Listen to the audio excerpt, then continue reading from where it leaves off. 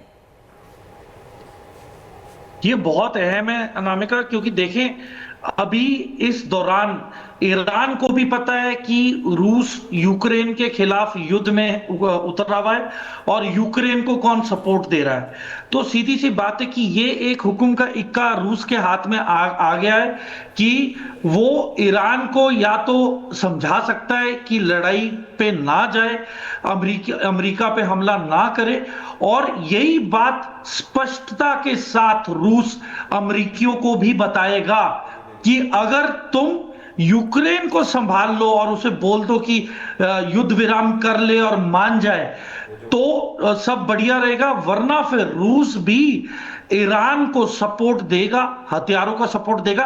क्योंकि हमें भूलना नहीं चाहिए कि जब रूस दिक्कत में आ गया था, जब उसे कमी पड़ गई थी हथियारों की, तब पहला मुल्क ईरान था जिसने शाहिद 136 ड्रोन्स की प्रोडक्शन फैसिलिटी को रूस में तैयार किया था। और सबसे